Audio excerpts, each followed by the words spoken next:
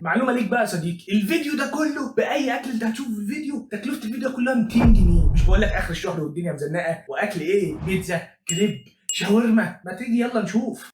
واخد بالك؟ بص هنا فلفل، جبنه، سجق. واخد بالك؟ طبعا هو يبان محروق بس هندوق دلوقتي ونشوف هل مأثر على الطعم ولا لا. ده الكريب ده سعره 50 جنيه.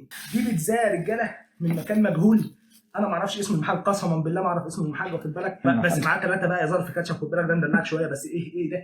ده ايه اسمه؟ فيتا. نوع كده اسمه فيتا ما اعرفوش، ونوع تاني قسما بالله ما عارف اقرا اسمه. ودي ايه؟ البيتزا ام 50 جنيه وما تسالنيش ازاي جايه كده. ادي البيتزا ام 50 جنيه. طبعا جبنه مجهوله المصدر على لحمه مجهوله المصدر. بص يا رجاله البلد، دي بقى الوجبه الكبيره اللي معانا. ادي علبه شاورما. واخد بالك ازاي؟ مزيتها تزييت سنين. واخد بالك جاي معاها ايه بقى يا جماعه؟ علبه توميه، علبه طحينه، باكت بطاطس، وكيسه عيش.